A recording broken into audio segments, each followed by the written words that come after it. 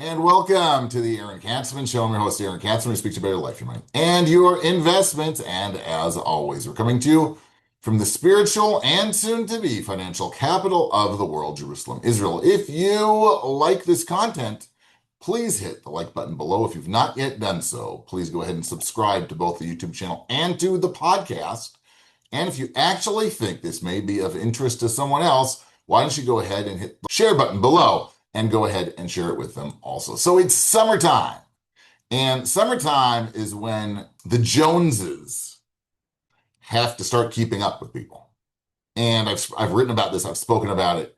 That everybody's got to do what their neighbors are doing. They got to keep up with the Joneses, even if it means financial ruin. Well, I found a fascinating article by a guy I quote a lot, Ben Carlson, over at Ritholtz Wealth Management. And I want to read part of the article because it's really, really interesting. He starts out saying, I was talking with a friend a few months ago about money. Let's call him Daryl. Daryl and I were waxing philosophically about careers, incomes, and the never-ending comparison battle that exists amongst friends and peers. He admitted to me that it wears on him constantly seeing other people's big houses, big incomes, big vacations, and big lives on display all the time. Because of curated lives on social media, it's never been easier to become bogged down in the thief of joy. Now, he goes on to say he never expected it. Daryl's one of the happiest people he knows. He's grounded. He says, everyone loves the guy. If this well-adjusted person has trouble keeping up with the Joneses, what chance do the rest of us have? Interesting, okay?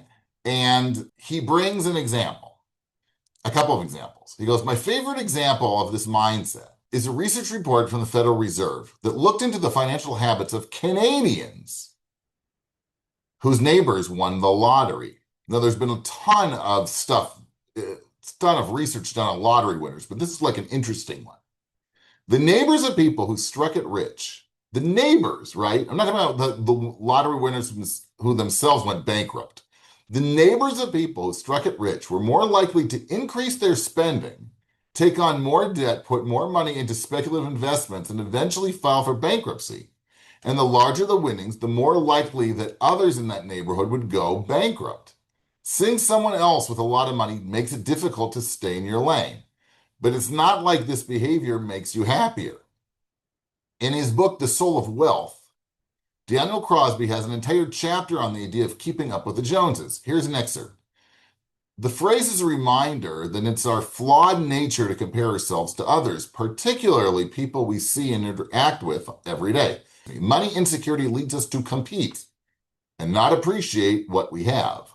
Also true, though, is that research shows that one thing for certain, the Joneses aren't very happy.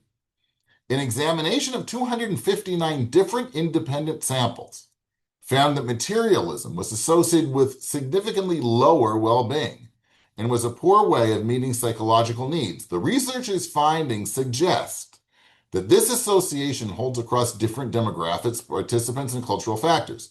Another meta-analysis of 92 studies found that those pursuing goals of growth, community giving, and health experience significantly higher levels of well-being than those pursuing the Jonesy goals of wealth, fame, or beauty. Right? You're not going to be content trying to keep up with the Joneses because there's an endless supply of them to keep up with. There's another study he quotes. This was also interesting. It's bizarre studies, but there was another classic psychological study that compared lottery winners with people who were paralyzed in an accident. Surprisingly, the lottery winners weren't significantly happier than the average person and actually reported less enjoyment from everyday experiences.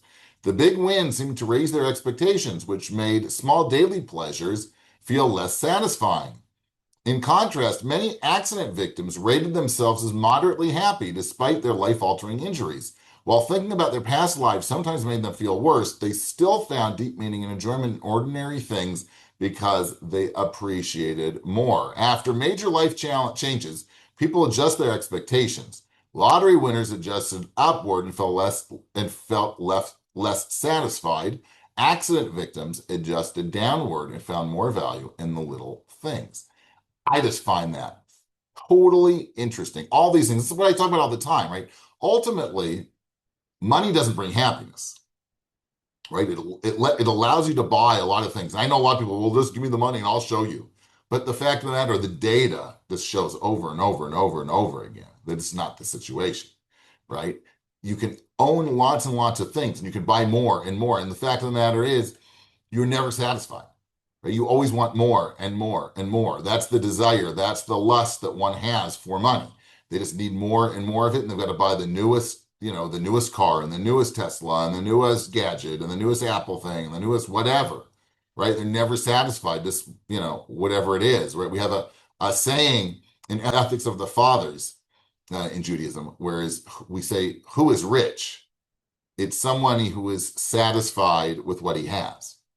That's somebody who's rich, not somebody who's got $20 million in the bank, right? It's a fascinating definition of wealth. Wealth isn't just accumulating more and more and more material things. Wealth is appreciating what you have and not being driven to have more and more and more, but being satisfied with what you have and getting enjoyment and helping people, right? And enjoying your family and not just buying, I would say, experience, but actually living experience, right? Sharing experience. That's what makes one happy. I'm not saying that you shouldn't try to accumulate wealth, right? But that shouldn't be your passion. I once a long time ago worked with somebody whose goal in life was, I want to be a billionaire. He was in his 30s, maybe he was in his 40s. I want to be a billionaire. And that struck me as just being a bizarre goal. Like, so what's the point? The goal is just to increase your wealth, have more and more and more and more and more money. Like having $100 million isn't going to pretty much allow you to do whatever you want to do. You have to have a billion. Why? Because that's a certain status, right? Does that mean that you're going to enjoy your children more? Does it enjoy you're going to have a better relationship with your wife? None of those things are true, right? It's just like a status thing. There's nothing tangible there, right? It's all emotional. There's nothing rational about it. Okay. So don't try to keep up the Joneses, right? I always speak about keeping up with the Joneses because it ruins people financially. But here, it is ruining people financially, right? Because they just see what their neighbors have, right? And they need more and more and more. And I think that first study I quoted, really, with the higher levels of bankruptcy, was fascinating. People who lived in the same neighborhood as lottery winners. But save for the long term so you have a comfortable retirement. Nobody's saying that you need to just live on bread and water. We're not saying that. Okay, but there's more to life than just accumulating wealth. That shouldn't, it shouldn't be the end game. Just whoever dies with the most money doesn't win. I mean, I've said that before. When I was younger, I once saw a bumper sticker that said, "Whoever dies with the most money wins." Okay, it's cute. It's a chuckle, especially when you're on a monotonous drive. But think about that for a second. That really isn't the goal, right? Like, who cares how much money you're not buried with your money. And if you are, what does that serve you? There's no purpose to it, right? So there's nothing, again, have money, earn money, work hard. You can buy things, but don't let that be what drives you. There's more to life. There are more important things in life. Okay? You've been tuning in to the Aaron Katsman Show, where we speak about your life, your money, and your investments. If you like this content, please hit the like button below. If you've not yet done so, please subscribe to both the YouTube channel and to the podcast. And if you think somebody might find this enjoyable, go ahead and share it with them as well. Thanks so much for tuning in. We'll speak to you soon.